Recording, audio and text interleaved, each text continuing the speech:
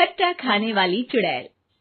रात को अचानक राधिका मौसी को किचन से कुछ गिरने की आवाज आई। उन्होंने बाहर निकल के देखा तो किचन में उन्हें कोई सफेद साड़ी में दिखा। वो चीख पड़ी, हे भगवान, आलतू जलाल तू आई भला को टाल तू, आलतू जलाल तू आई भला को टाल तू। राधिका मौसी को चीखते सुनकर श्रवण बाहर आता है भागते हुए। अरे माँ, क्या हुआ? क्या देख लिया? दादी माँ आ गई क्या सपने में?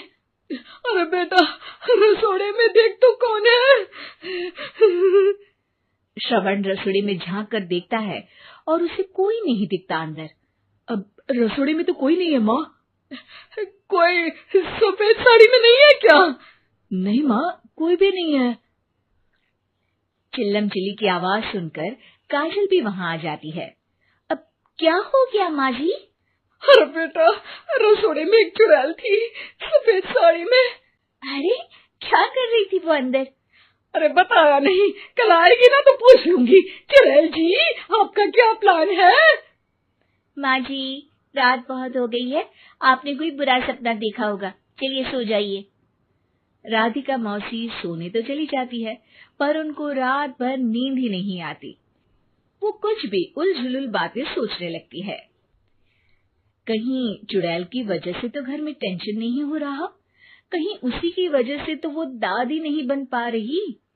सुबह जब राधिका मौसी रसोड़े में छानबीन करती है तो पाती है कि नींबू का अचार गायब है। चुड़ैल नींबू का अचार ले गई, मुझे तो ठीक नहीं लग रहा कुछ। चुड़ैल को भी पता है कि जिंदगी का असली मजा तो खट्टे में ही है। राधिका मौसी झट से श्रवण को फोन कर देती है। बेटा, मुझे समस्या समझ में आ गई है, हमें एक तांत्रिक की जरूरत है। अरे क्या बोल रही हो माँ, तांत्रिक की क्या जरूरत है? आप पूजा पाठ तो कर ही रही हो ना। आलतू जलालतू मंत्र सारे फालतू जैसे कुछ मंत्र पढ़ो, चली जाएगी अपने आप चुड़ैल। अरे नहीं बेटा, कभी चुड़ैल को कम नहीं समझते।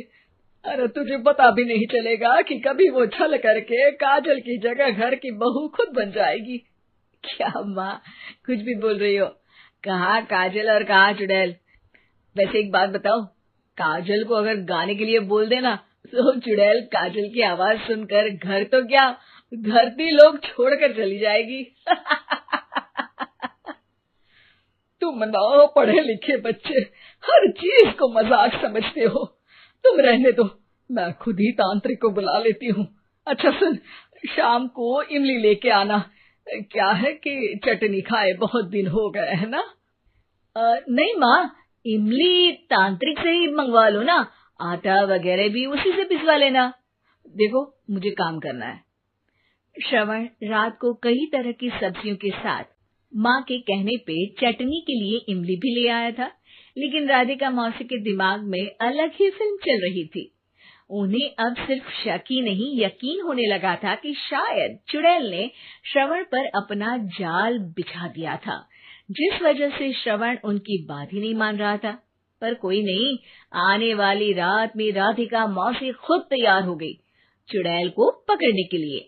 रुद्राक्ष की माला, तुलसी का पत्ता, हनुमान चालीसा सब हाथ के पास ही था, बस चुड़ैल का इंतजार था।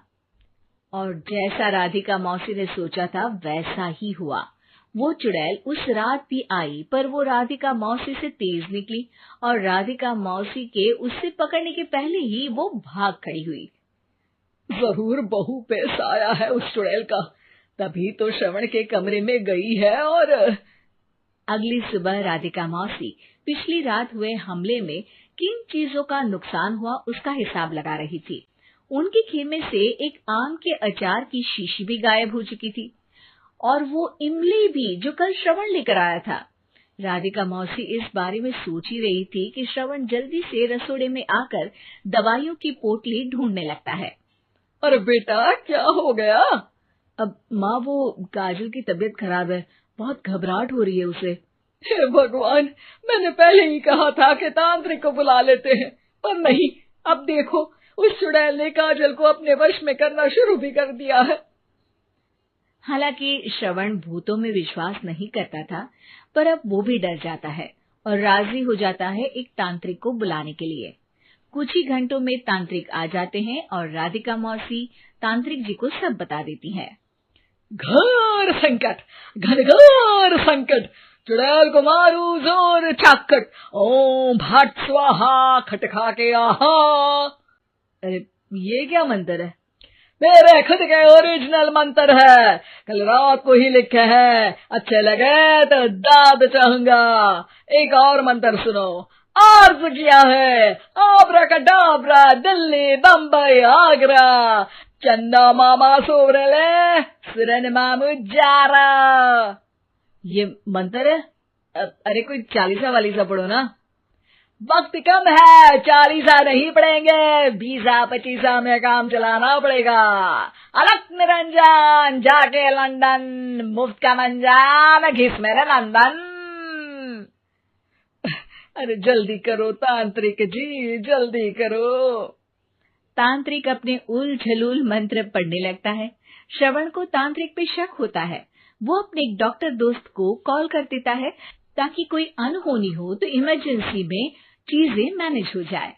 तांत्रिक धुनी रमाता है, जिसकी वजह से कमरे में काफी धुआं हो जाता है और जिसकी वजह से बहू की घबराहट बढ़ जाती है। अब भागेगी चुड़ैल। हाँ। बहू खांसते हुए धुएं से बचने के लिए बाहर चली जाती है। अरे भाग रही है, भाग रही है। पीछे पीछे श्रवण भी जाता है। बहू एक सोफे पर बैठ जाती है। तभी डॉक्टर दोस्त आ जाते हैं और श्रवण को पानी लाने के लिए कहते हैं। थोड़े चेकअप के बाद डॉक्टर कहते हैं, मेरे हिसाब से जाप का काम पूरा हो गया है। क्या मतलब? अरे कुछ भी नहीं माँ, कोई चुड़ैल नहीं है, खुशखबरी है, अब दादी बनने वाली है। मगर वो सब अचार के डब्बे। श्रवण दोनों अचार के डब्बे अपनी माँ को दिखाता है, जो कि उनके बिस्तर के नीचे छुपे हुए थे। आपने सही बोला था माँ, वो चुड़ैल काजल ही थी जो खट्टा खा रही थी। हमें कल ही पता चला, पर हमने आपको ये तांत्रिक वाला काम करने दिया ताकि आपको भरोसा हो जाए कि भूत वगैरह कुछ होता ही नहीं। अच्छा अच्छा, ये तो बड़ी खुशी की बात है। पर बेटा मुझे एक झाड़ू तो ला दे। क्यों माँ? ये तांत्रिक का भूत उतारती हूँ मैं। अब तांत्रिक राधा मौसी के डर से घर से भाग निकलता है और राधा मौसी उसके पीछे भागती है। अरे संकट ये घनघोर है, तांत्रिक मुआ चोर है।